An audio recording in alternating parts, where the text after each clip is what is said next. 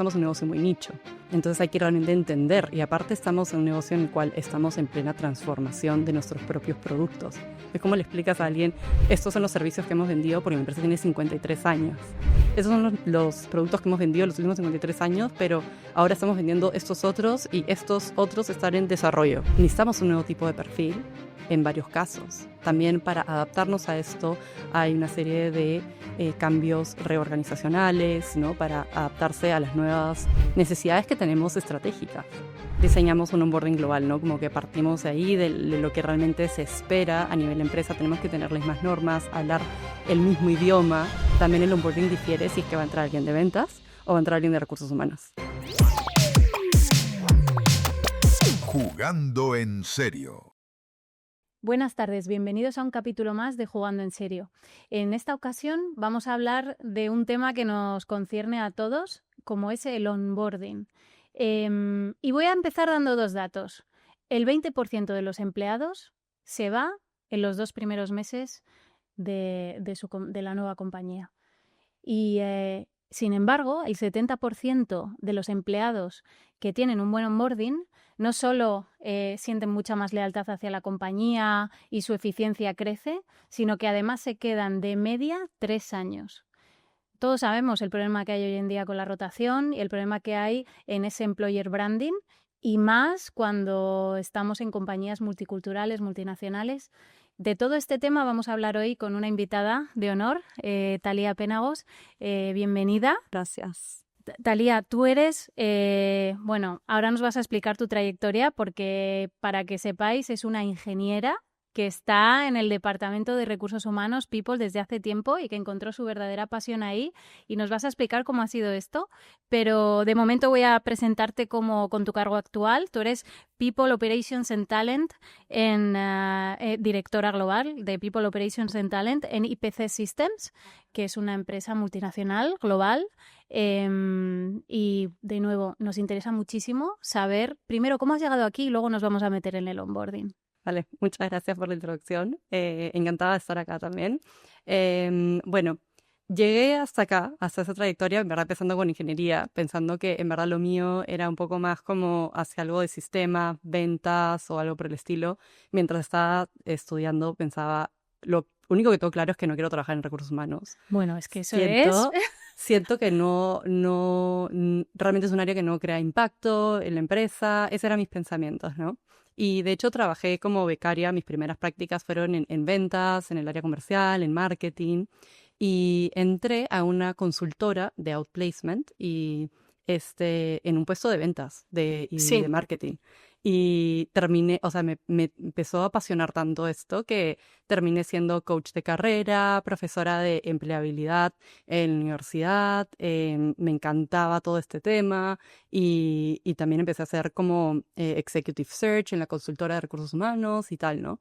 Entonces me empecé a empapar de todo este tema tan humano que me daba cuenta realmente el impacto que traían las personas y bueno, me terminé volviendo un HR nerd, que es lo que digo. Me encanta leer sobre el tema, me encanta saber un poco más cómo generar realmente impacto desde esa perspectiva de recursos humanos en la empresa.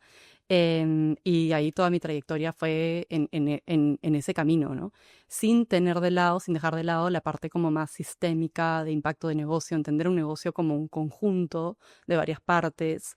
Creo que nunca he dejado esa perspectiva, pero siento dándole como un lado muy humano a lo que hago, ¿no? Pues ahora, con todo esto que has dicho, la verdad es que la primera pregunta que me surge es ¿por qué crees que pensabas que no querías estar en recursos humanos? Porque es que es un pensamiento habitual en mucha gente. Entonces, ¿tú dónde crees que está el problema? En mi caso, creo que el problema era que creía que era un área que no iba a generar impacto. O sea, que me parecía que hacían eventos y tal vez, no sé, conversaban un poco cuando alguna cosa había un problema de relaciones de empleados, y hacían la nómina y ya está. Claro, es que eso que estás diciendo es exactamente lo que piensa el 98% de la población, que son los que no se dedican a recursos humanos, ¿no? Y es muy impactante porque realmente ahora que tú estás ahí dentro y que lo conoces y que estás convencida de ello, es que es uno de los departamentos con más impacto en nuestras vidas. en las vidas de cualquier persona que pasamos 8 horas al día en un trabajo, ¿no? Y otras 8 durmiendo. Entonces, a mí esto siempre me ha impactado mucho. Y aquí que, claro, nosotros tenemos constantemente relación con todos los directores de recursos humanos, pues porque al final somos socios, ¿no?, estratégicos de muchas empresas, y los ves y a veces con ese un poco no resquemor, sino con esa impotencia de decir, vamos a ver, yo gestiono el activo más importante de cualquier organización. Sin personas no hay organización, sin personas no hay impacto en la organización y sin embargo me faltan herramientas para que los demás entiendan, ¿no? Entonces, el onboarding, por supuesto, es una de ellas que vamos a hablar seguido, pero me encantaría que a lo largo de este podcast tú trataras cualquier tema que a ti te ha ido ocurriendo a lo largo de estos años, porque también viene una ingeniera en recursos humanos, no es fácil, y tú, como dices, vienes de ventas. O sea, has visto la parte más pura de negocio, la que tiene primer impacto en el negocio, la que se considera que tiene primer impacto, y ahora estás ahí apoyando a todos esos equipos, ¿no? Entonces, en una empresa como IPC Systems, ¿cuántos empleados sois? Somos aproximadamente 1.200 a nivel global. 1.200. Y claro, tú eres directora global, entonces tú tienes que gestionar esos 1.200 empleados. ¿En cuántos países estáis presentes? Creo que aproximadamente como en 30 países estaríamos. 30 pero países. no necesariamente en todos tenemos oficinas. Las oficinas principales están, bueno, los headquarters están en Nueva York. Oficinas principales tenemos en Londres, en Madrid y en Kuala Lumpur, en Malasia. Fíjate, o sea, no hace falta aquí que expliquemos que lo que es no solo el idioma, porque imagino que el inglés era el hilo conductor, ¿no? 100%, sí. Pero más allá del idioma, o sea, la forma de pensar de un neoyorquino o de un americano con un malayo quizá no tiene nada que ver y sin embargo tú tienes que aplicar políticas para todos ellos, ¿no? Entonces, empezando por la primera, el onboarding. ¿Cómo haces un onboarding diseñado para esa variedad de 1.200 personas, cada una en un territorio, con una forma de pensar, con un lenguaje, etcétera? ¿Cómo lo haces?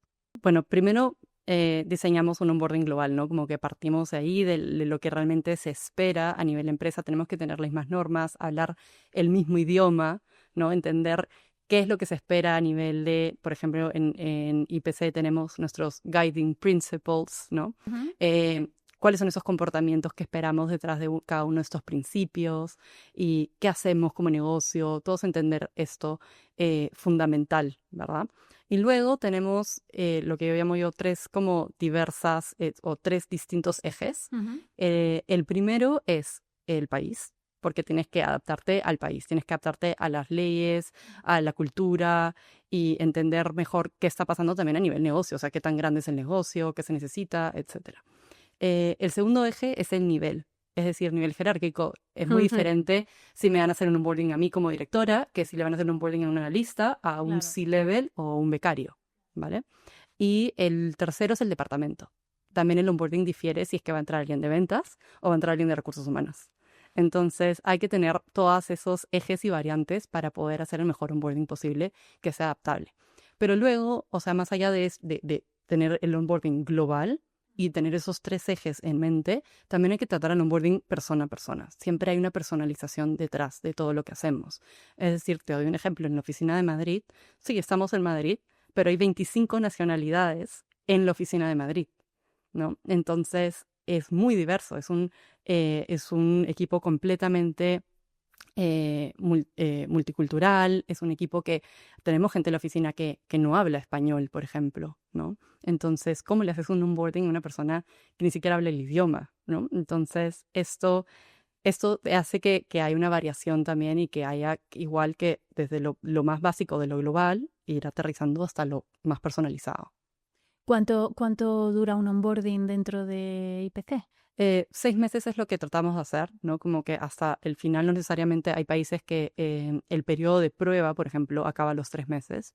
Sin embargo, en verdad, para hacer un buen onboarding y entender que una persona realmente ya está apta o entiende mejor el negocio, y por ejemplo, en el caso de IPC, es que estamos en un negocio muy nicho. Entonces hay que realmente entender. Y aparte estamos en un negocio en el cual estamos en plena transformación de nuestros propios productos. Entonces, ¿cómo le explicas a alguien, estos son los servicios que hemos vendido porque la empresa tiene 53 años?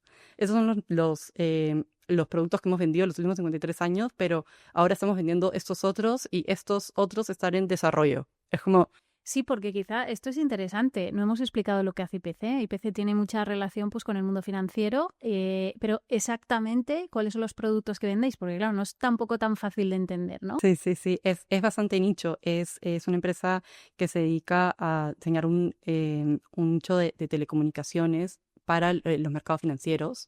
Y hacemos un tipo de comunicación encriptada, súper segura, Para todas las rápida. operaciones, el trading, etcétera, claro. Exactamente, exactamente. Y son operaciones que son súper reguladas, ¿no? Como que no puedo, o sea, yo no puedo llamarte por teléfono y esperar a que me contestes, perdí el precio de la acción, Claro. es muy lento, me pueden hackear. Entonces es un tipo de producto, de servicio muy nicho. Actualmente nuestros mayores clientes son los mercados financieros, pero parte de, por ejemplo, nuestros objetivos estratégicos es expander lo que se le llama el TAM, que es el Total Addressable Market, ¿no? Como ir a otros mercados realmente. Entonces, cómo evolucionamos nuestro producto, cómo volvemos nuestro producto también de valor para otros mercados, ¿no? Y eso es parte de nuestra estrategia como negocio. Pero entonces, o sea, con una empresa tan nicho, como tú dices, la mayoría de empleados, ¿qué perfil tiene?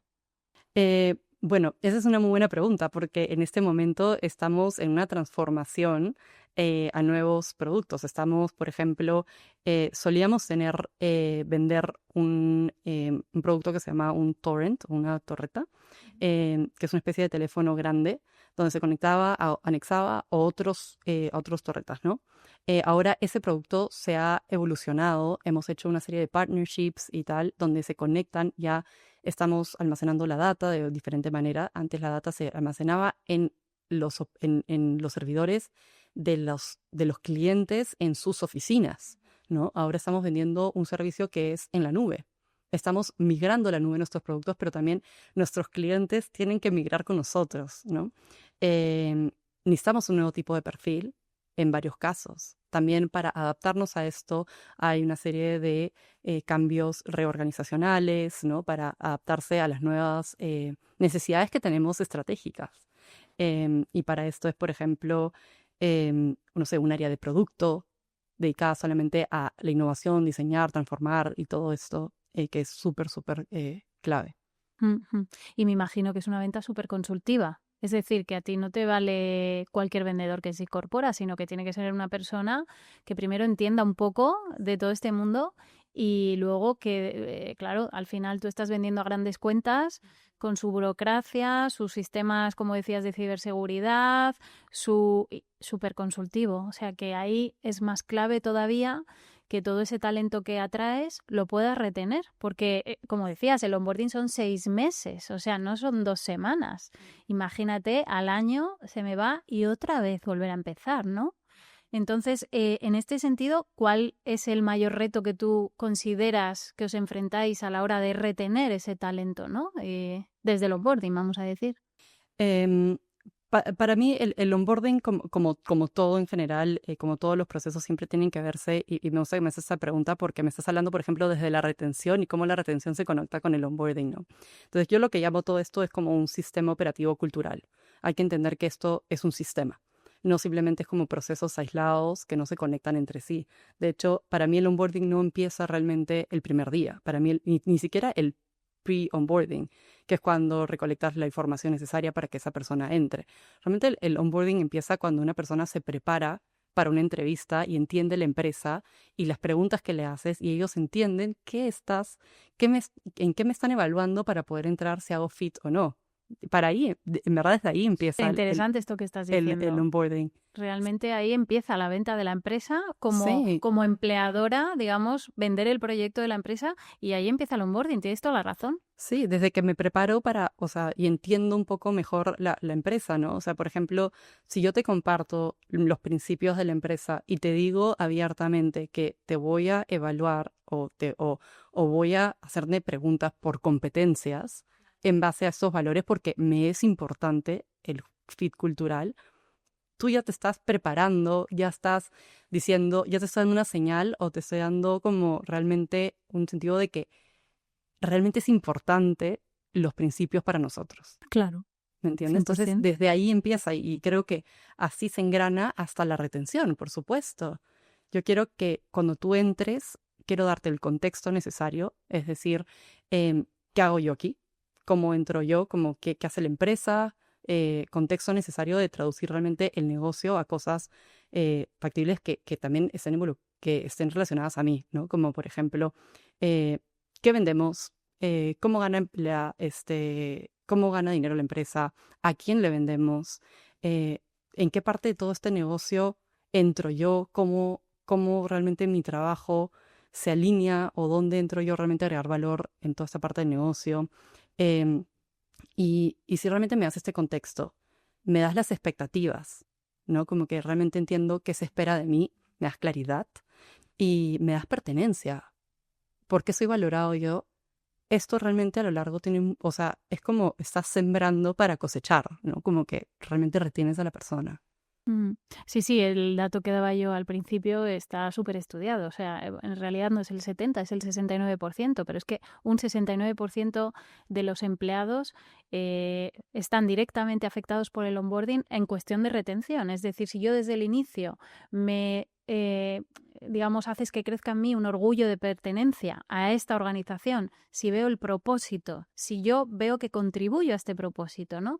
Y ya si es una organización que además tiene un impacto social o digamos que mejora la sociedad, pues ya eso, simplemente eso, hace que yo ya vaya con más ganas a trabajar, ilusionada, y por supuesto hace mucho el ambiente que me encuentro allí, ¿no? Cómo los empleados que ya están orgullosos de estar ahí, ¿no? Y entonces por eso, de nuevo, tu rol y el Departamento de Recursos Humanos es fundamental en el impacto, en el ROI de la compañía, ¿no? Entonces, en este sentido, si tú pudieras mejorar, o digamos no mejorar, sino recomendar un tip que tú hayas puesto en práctica o que tú utilices en tu día a día para hacer este onboarding de todas estas personas tan transnacionales, digamos, a una compañía que está pasándolo mal y no sabe muy bien cómo hacerlo, ¿qué les dirías? ¿Qué has aprendido? ¿Qué cosa a ti te funciona? Mira, te pongo un caso real, Sí. de hecho, actual en IPC. Eh, yo entré como un rol global para globalizar el equipo y cómo trabajamos de manera global, ¿no? Entonces, por ejemplo, una de las funciones que tengo es el área de People Operations. Sí. Y globalizamos el equipo. Antes se funcionaba como regionalmente, ¿no? Sí. Parte de una estrategia también que viene desde arriba, ¿no? Eh, ¿Y qué pasó? Bueno, cuando entré, los equipos trabajaban cada uno de su mejor manera, de manera regional, pero no estábamos como orquestados de una manera alineada. Em, y me di cuenta que en verdad la primera, a mí me gustan mucho todos los conceptos de gestión del cambio, y en verdad es por entender la visión hacia dónde vamos y tal, pero la mentalidad detrás de las cosas que hacemos. Entonces, armé este acrónimo, me gusta mucho trabajar con acrónimos porque les da como foco a las personas, que se llama SAC, que es SAC. La S es de simplificar, ¿vale? Como que primer paso, simplifiquemos, pero no simplifiquemos los procesos así nomás, sino que para mí simplificar es primero entender el por qué. A ver, IPC es una empresa que tiene 53 años. Hace 53 años no existía el Internet. Ya. ¿Me entiendes? Como así de tanto ha cambiado la empresa, ¿no? Y las maneras en las que hacemos las cosas. Y la manera en la que trabajamos hoy hubiese sido completamente imposible trabajar hace tantos años. Entonces, entender por qué arrastramos, por ejemplo, procesos o manera de hacer las cosas de la empresa de esa manera. Y cuando entendemos por qué, también hay un video que, bueno, una metáfora que me gusta mucho, no sé si por ahí lo has escuchado, de los monos y la escalera. Sí, pero cuéntalo, porque Me mola encanta para bastante. explicar el Sí, porqué de las sí, cosas, y sí, esto pasa en muchas empresas, ¿no? sí. Bueno, está esta escalera y hay tres monos en un laboratorio y ponen unos plátanos encima de la escalera, entonces todos los monos lo primero que dicen es voy a subir las escaleras para coger los plátanos. Apenas tocaron la escalera, les cayó un chorro de agua helada a todos, ¿no? Lo intentaron de nuevo, les volvió a suceder lo mismo, entonces dijeron, bueno, no podemos tocar la escalera ni siquiera para ir a coger los plátanos, se acabó. Entonces reemplazaron a uno de estos monos con uno nuevo. El nuevo que hizo, lo primero que hizo fue corriendo a tratar de ir a los plátanos, pero siquiera antes de coger la escalera, los otros monos le pegaron, no le dejaron coger ni siquiera tocar la escalera. Y así fueron reemplazando mono por mono hasta que todos los monos eran nuevos y hacían lo mismo. Y cuando tú le preguntabas a todos esos monos que ya fueron reemplazados, que nunca se atrevieron a tocar la escalera, y le preguntabas ¿por qué no tocaban ni siquiera? Y simplemente la respuesta es porque así se hacen las cosas acá. Y, Claro, es que y eso es una de las primeras, de hecho, una de las primeras reuniones que tuve con mi equipo, les puse este video que lo pueden encontrar en YouTube, sí, sí. que es de 1 minuto, ¿no? Y se quedaron como, sí, muchas veces no hemos ni cuestionado. Entonces, para mí, esa S es no solamente es de simplificar, para simplificar tienes que entender el por qué se vienen haciendo las cosas de esta manera, por qué realmente, cómo podemos hacer la vida más fácil para, no solo para nosotros, quién es nuestro cliente, los empleados, los people managers, etcétera, cómo podemos simplificar el proceso. La segunda parte es automatizar. Creo que es muy importante, sobre todo en un área que tiene relación con operaciones, automatizar todo el proceso que sea lo más manual posible para realmente enfocarnos en lo que agrega valor. Y la C es descentralizar. ¿Por qué centralizar bien fuerte? Y para mí son 3 cosas. Centralizar, por ejemplo, en este caso, toda la documentación que tenemos. Antes teníamos diferentes archivos, o sea, diferentes maneras de Sí. guardar las cosas. Unificamos todo en el SharePoint. Y ahora tenemos, y ya es una regla de que nada se comparte sin un link. De hecho, yo soy bien así como, esto no tiene link. Casi que, o sea, para mí es pecado que me mandes un archivo Archivo. cargado a un mail o algo así. Porque cuando mandas un archivo se queda grabado en piedra, como escrito en piedra. Y em, Y se todo pierde, tiene, se sí, y se pierde, luego pierde. nadie sabe dónde Se está nada. pierde, luego alguien se va de vacaciones y aparte como trabajamos en diferentes zonas horarias, ¿qué pasaba? Claro. Que alguien había actualizado la política y tenía la última versión de la política tal y y tienes que esperar a que se despierte esa persona porque tú estás en otra zona horaria para después que te agarre y tal. Entonces era como, ¿quién tiene esto? Entonces, bueno, todo en el SharePoint, ¿no? La segunda parte de centralizar es todo nuestro HRIS, Ujú. como nuestro One Source of Truth Data, of Truth for HR Data, y centralizar partiendo el diseño desde lo global, pero adaptando a nuestros 3 ejes, ¿no? A los 3 ejes del país, del nivel y del departamento. Y las cosas empezaron a funcionar súper, súper mejor. De hecho, como que con ese mindset la gente entendía. De hecho, hice varias preguntas o sea, qué preguntas hacerte en cada una de estas y tal. Y creo que estamos muy alineados en esto. Empezamos a ver las cosas como que nos pusimos otros lentes, ¿no? Todo el equipo. Y ya era como, las conversaciones eran como, no, ese proceso no hace sentido, vamos a automatizar. Por ejemplo, parte de lo centralizar también es un montón de trackers en Excel por todas partes. Y yo, no, o sea, esto desaparece. Para mí poner un Excel y para mí hay como una enfermedad que hay varias veces en varias empresas que es el Excelitis. Sí, En vez de estar total. pensando cómo automatizar, tú pones un Excel ahí y es como que cortas con una tijera el proceso, la automatización. Y sobre todo si tienes un sistema de recursos humanos que puede realmente, puedes almacenar toda la información ahí y automatizar varias cosas.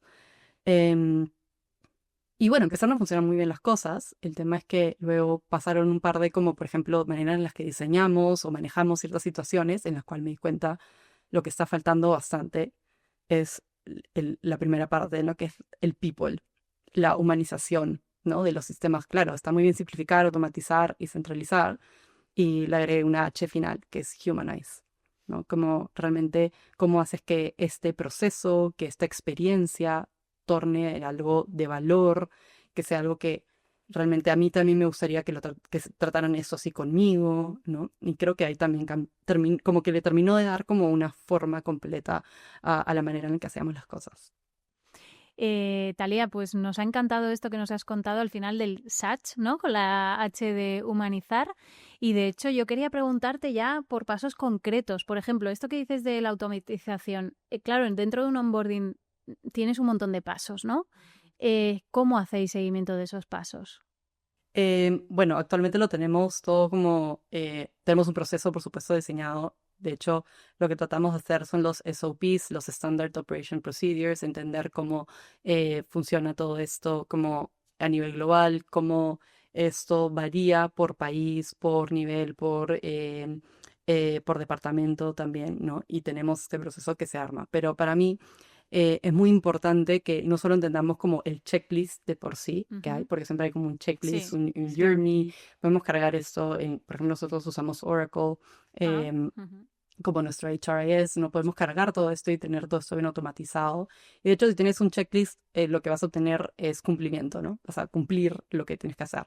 Pero si lo ves realmente como un activo estratégico, todo el onboarding y las cosas que hay por hacer, yo creo que obtienes lo que decíamos de la identidad, de sentirte parte, de pertenencia. Realmente es diferente cuando alguien viene y te recibe como que en la puerta, cuando se agenda un almuerzo, una comida con el equipo, que ese mismo día te van a recibir. Es raro, ¿no? Como tú llegas el primer día y es como, ¿con qué me voy a comer? Me compro algo, salgo, entro, no sé qué hago, ¿no? Entonces tratar de como realmente empatizar con toda esa experiencia desde el día uno, ¿no? Pero luego eso se vuelve mucho mejor. Em, y realmente verlo como un activo estratégico, ¿no? Como darle las expectativas necesarias a las personas y todo eso. Ahí es realmente cuando genera valor. Y yo, de hecho, bueno, el otro día tuvimos una invitada, María Pardo, que ella lo tiene clarísimo y dice, como tú lo decía con otras palabras, pero al final el onboarding empieza desde el primer contacto que tienes con la compañía. Ella lo decía más desde el punto de vista de la compañía, la venta empieza desde el primer contacto que tengo con el potencial empleado, ¿no? Y yo tengo que trasladar como esa ilusión, ese proyecto. Y yo, en mi caso, diré que una de las cosas que más me fascinó cuando entré aquí en Game Strategies fue que lo primero que hicieron fue ponerme a jugar a un videojuego, ¿no? Porque claro, nosotros, bueno, una de las soluciones que vendemos es precisamente un videojuego de onboarding. Y es para lo que nuestros clientes, bueno, entre las soluciones que tenemos, pues algunos tienen este problema, este problema no, pero esta ambición, vamos a decir, de hacer esa retención del talento y hacer ese sentimiento de pertenencia desde el primer día, de crear ese wow effect, ¿no? Que lo llaman en el empleado de, oye, ¿cuántas veces tú entras en una compañía y lo primero que hacen es ponerte a jugar? Que ya a todo el mundo le gusta jugar, ¿no? O sea, somos seres humanos, nos encanta jugar. A un videojuego, y a través del videojuego te voy a ir mostrando, obviamente el videojuego puede durar 2 horas, 3 horas, no son 6 meses, pero toda esa parte corporativa de cuáles son nuestros valores. Y te voy a poner ejemplos en el videojuego de ¿a qué me refiero con accountability? Si es uno de los valores, ¿no? ¿O a qué me refiero con team leader o team building o customer centric? Bueno, depende de los valores. Y claro, cuando tú llegas y creas ese wow effect, la sensación que tiene el empleado es, he llegado a un sitio bueno, ¿no? O sea, no me he equivocado, porque quizá estaba en otros procesos o quizá he dejado una compañía para meterme aquí. No me he equivocado. Y para nosotros es como de lo más gratificante que hay, ¿no? Ver que podemos ayudar con nuestro granito de arena ahí. En vuestro caso, esa primera sensación entiendo que es muy personal, ¿no? De, oye, vamos a comer, yo te acompaño. En algunas compañías hay lo que llaman el buddy, ¿no? O alguien que te... ¿Eso también lo tenéis vosotros? Sí, ajá. Es algo que de hecho en este momento estamos reformulándolo un poco porque como hicimos todos los procesos globales, hemos empezado un poco como estandarizando lo primero, lo primordial en estos primeros meses, y eso es algo que estamos como por aplicar nuevamente. Como cómo lo volvemos, porque claro, cuando tienes un proceso que parte de lo global, hay que estandarizar roles, que todos entiendan cómo es esto, qué presupuesto se le da, por ejemplo, a esta persona, si es un buddy que puede sacar a esa persona a comer un día, por ejemplo, ¿no? Para tener más vínculo o cualquier actividad que queramos hacer. Claro, y luego yo creo que, bueno, en general sabemos que es importante que a lo largo del onboarding vayamos teniendo touch points, ¿no? Con esa persona, pues un poco para ver si también lo que he encontrado es lo que esperaba y si los demás compañeros, managers, etcétera, también es lo que esperaba, ¿no? O sea, que no haya sorpresas de repente de, ay, no has pasado el periodo de... Mira, de hecho lo que dices ahora, como estábamos armando junto con los HR Business Partners, estábamos armando una capacitación porque justo es el fin del año fiscal, y estábamos armando como el training para los managers, ¿no? De dar feedback y tal. Y un HR Business Partner me gustó mucho lo que dijo. Dijo, no es performance news, es performance review. Claro. Y me pareció total. demasiado... Bueno, me- es buenísimo. Lo escuché y dije, me encantó. Me lo voy a quedar, Yo me lo voy a también dije, me lo quedar. voy a quedar. Me lo voy a quedar, pero es que parece, o sea, tú ahora cuando lo decimos es súper lógico, ¿no? Y es como, claro, pero la realidad es otra, ¿eh? La realidad es que son news muchas veces, ¿no? Y bueno, esto del feedback que has comentado, hay muchísimas empresas ahora inmersas en todo este proceso de mejorar esa cultura del feedback, porque claro, precisamente, o sea, ¿cuánto impacta no tener una buena cultura de feedback? Y ya yéndonos a la parte, digamos, más empresarial, en el impacto, en el ROI directamente de la compañía. Si yo, por mi cultura, que hay culturas más y menos directas, ¿no? Pero si yo por mi cultura, por lo que sea, porque no hay una cultura de feedback en mi empresa, no soy capaz de quizá dar un feedback constructivo a alguien que lo necesita, esa persona va a seguir haciéndolo como lo estaba haciendo porque nadie le está diciendo que no se hace así o que es mejor hacerlo de otra manera, ¿no? Y va a llegar un momento en el que de repente, uy, sorpresa, ¿qué crees? Que ya no contamos contigo en el equipo. ¿Cómo? Sí, tal cual. Y luego no dar feedback positivo también tiene un impacto súper negativo porque, claro, no le estás diciendo a esa persona, oye, esto lo estás haciendo muy bien, te animo a seguir así. Incluso quizá tus compañeros puedan sentarse contigo y ver cómo, pues que seas tú el owner como de este proceso que has hecho también. Sí.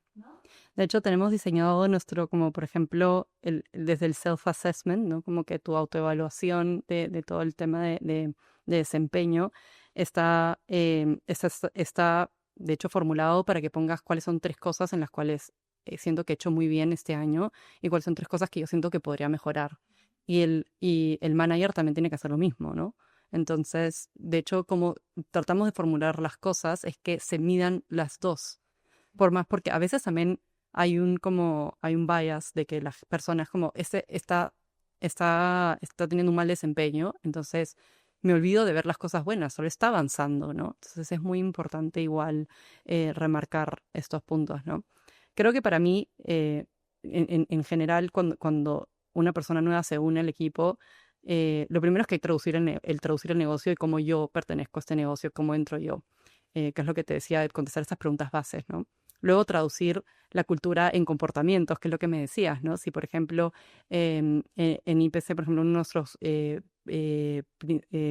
de nuestros principios es calidad y excelencia operacional, ¿no? Pero ¿qué significa eso? ¿Y qué significa eso para Que se nosotros? traduce en el día a día. Exactamente, en los comportamientos y cómo lo vamos a medir, cómo lo vamos a también reconocer. Hay que como que cerrar el loop, ¿no? No solamente es como documentarlo o ponerlo en la pared, ¿no? Como calidad y excelencia operacional y ya está. Y también hay que, al mismo tiempo, hay que traducir también esa ansiedad del primer día, de la primera semana, el primer mes, de todas estas preguntas a pertenencias. Traducir ansiedad a pertenencia, cómo eso será para mí, no será para mí, encajaré, no encajaré, me gustará la cultura, me gustará el reto, qué es esto, ¿no? Entonces, me parece muy importante como hacer esa traducción para la persona que es tal vez en ese momento un agente externo a la empresa y convertirlo en un nosotros, ¿no? Que hable, y eso lo ves mucho en el lenguaje, cuando alguien realmente ya se siente parte de una empresa y dice nosotros, o cuando se refiere a, no, ellos, yo lo he visto mucho. Totalmente. Y ahí entra muy en juego lo que llamamos middle management, ¿no? Al final, muchos de nuestros clientes y colaboradores nos trasladan que ahí hay un cuello de botella porque arriba, en dirección, en el C-level, en tal, la estrategia se marca y como tú decías, ¿no? Oye, se ha tratado una estrategia pues de 3 a 5 años, lo que sea, que va a cambiar estas cosas.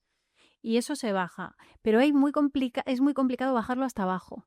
Entonces, por ahí en medio hay pues managers, directores, middle management, etcétera, que si no están súper bien formados y si no entienden la súper importante labor que tienen con las personas que les reportan de hacerles ver por qué se cambian algunas cosas y cómo van a impactar. Y a partir de ahora, oye, ¿este valor qué significa? ¿Y cómo vamos a hacer esa evaluación del desempeño? Y el feedback, ¿no? Los primeros que tienen que estar formados en feedback. Entonces, ahí yo sí creo que desde el onboarding es súper importante que el manager entienda cuál es su papel dentro de esta organización, cuando hace frente a los onboardees, ¿no? Frente a las personas que se unen al equipo, y cómo tiene que mejorar esa comunicación transversal y bajarla de arriba abajo también, ¿no? Y ahí es verdad que nosotros sí que nos encontramos pues muchísimos clientes que nos piden ayuda con eso, porque al final creo que es un pain que tienen casi todas las compañías. Sobre todo cuanto más grande eres, más difícil es esa comunicación interna, ¿no? Y ese bajar el propósito, los valores. Entonces sí, es súper bonito todo ese trabajo, pero también es duro, ¿no? Sí, yo creo que hay que como traducir esto del aprendizaje al comportamiento, a la práctica, Eso es. y no solamente documentando, sino que documentando es el primer paso, ¿no? Como que ponerlo bonito en la Sí. comunicación o lo que hagamos o lo que queremos lograr. Y es lo que te decía, ¿no? Como capacitar, comunicar, comunicar, comunicar, comunicar. Si tú ves realmente todas estas teorías de gestión del cambio, es como tienes que reforzar y reforzar y reforzar.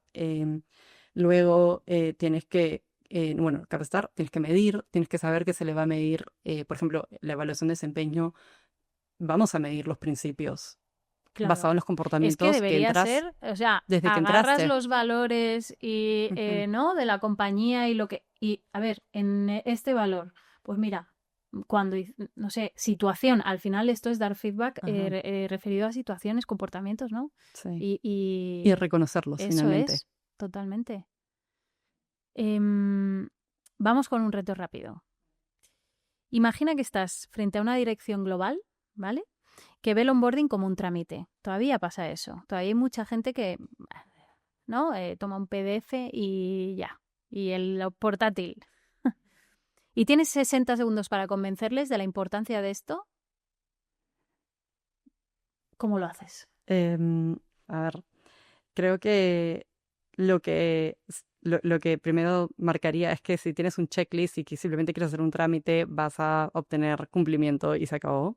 Si realmente quieres verlo como un activo estratégico, vas a generar cosas mucho más fuertes. Vas a generar identidad, vas a generar retención, vas a generar alineamiento, vas a generar finalmente resultados para la empresa.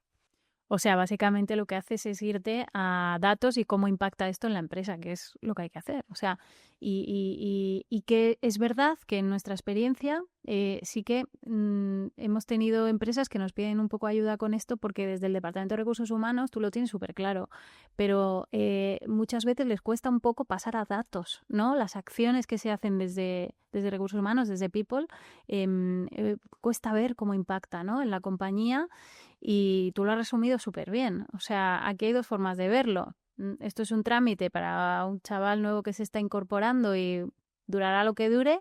O, oye, esto es súper estratégico y el demonio está en los detalles. Es decir, desde el momento en el que le abres la puerta y le invitas a pasar y le invitas a un café, esta persona puede ser súper leal a la empresa, darlo todo, eficientar todos los procesos, pensar como si fuera suya la empresa, o puede sentir, mira, a mí Es me que pagan son mis los 8 horas y adiós, ¿no? son los wow moments que comentabas, ¿no? Esos Claro. momentos wow que empiezan, de hecho, de esa empresa que se llama Delivering Happiness, que es una empresa que comenzó como vendiendo zapatos online que se llama Zappos.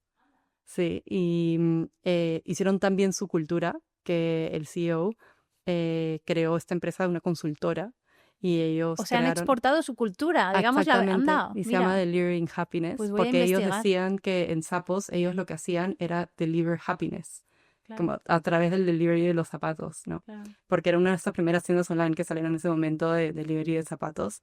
Y de hecho, cuando estaba haciendo una consultoría a una empresa que vendía, que es una empresa en Perú que es una diseñadora y Ujú. realmente está yendo increíble, hace unas cosas espectaculares realmente. Y estábamos enseñando la cultura y todos los procesos y experiencias. Y para mí es muy importante recalcar que la experiencia del empleado se traduce en la experiencia del Del cliente. cliente, 100%. Es la misma, o sea, son dos caras de la misma moneda. Y hablábamos de las experiencias wow, y yo les dije, pero yo quiero que ustedes tengan algo personalizado. Y yo les dije, bueno, ¿qué es algo para ustedes? Wow, ¿qué dicen ustedes? ¿Qué está en su lenguaje, en su cultura? Y dijeron, amo. Cuando algo nos gusta decimos, amo. Y eso se tradujo, ya no eran las experiencias wow, sino que decidimos que tenía que haber una cadena de valor de amo. Desde que se diseñaba una cartera nueva, tenía que haber un amo, se volvía realidad, el equipo de marketing hacía algo increíble, se decía amo y se daba esto a un cliente, hasta que la clienta decía amo la cartera. O sea, es que al final todo lo que estás diciendo es casi marketing estratégico, pero interno, ¿no? O Sí, sea, es así. Ajá. Y todo tiene que estar alineado, es todo un sistema. claro, pero es que, de nuevo, estamos diciendo cosas que parecen evidentes, pero cuando las dices en voz alta, pero no, luego no se aplican así. Es decir, cómo está el empleado impacta en cómo está tu cliente. Es claro, pero no parece que sea tan evidente después en el día a día, o se nos olvida porque tenemos 1000 cosas, 45.000 correos que contestar, no sé, no tenemos tiempo para pensar, ¿no? Y para pararnos y decir, como decíamos con los monos, pero ¿esto por qué lo estamos haciendo así? ¿Pero esto de dónde viene? O sea, ¿no? ¿Es esto la mejor manera de hacerlo? Entonces, da gusto cuando hablamos con gente como tú que lo tiene claro y que además está en una posición de poder cambiar las cosas, ¿no? Y para terminar ya con esta pedazo de charla, Thalia, nos gustaría terminar con algo que tú pudieras como regalarle a nuestros oyentes sobre solamente como una acción concreta para aquellos oyentes que nos están escuchando y que están en tu posición, en una posición donde pueden implementar alguno de estos temas que estamos diciendo, como una acción concreta que puedan hacer esta semana, algo que puedan observar, algo que puedan cambiar, algo. ¿Qué tip les das para que hagan esta semana? Bueno, yo empezaría por la S de simplificar, de cuestionar por qué estamos haciendo las cosas, de cómo podemos traducir esto a algo mucho más simple para todos y desde ahí partir y rediseñar un proceso o rediseñar toda una experiencia. Pues, Thalia, yo me quedo con muchas de las cosas que has dicho. Me ha encantado lo del SAT y me ha encantado cómo has explicado súper bien la S, la A, la C. Y al final, oye, me di cuenta de que quizá nos faltaba la H de humanizar, ¿no? Me ha encantado todo. Me ha encantado saber que se puede llegar al mundo de recursos humanos y de verdad impactar en la vida de las personas, aún siendo ingeniera, ¿no? Viniendo con toda esa trayectoria profesional, Y me ha encantado conocer más sobre IPC Systems y la pedazo de cultura que tenéis. Así que muchísimas gracias por participar en el podcast el día de hoy. Y muchas gracias a nuestros oyentes por estar ahí. Si os ha resultado interesante, por favor, compartidlo. Y a Thalia Pelagos la podéis encontrar en LinkedIn. Todos los posts que hace son como para prestarles atención, así que recomiendo 100% que la sigáis. Muchas gracias por la entrevista y un placer. Gracias a ti. Jugando en serio.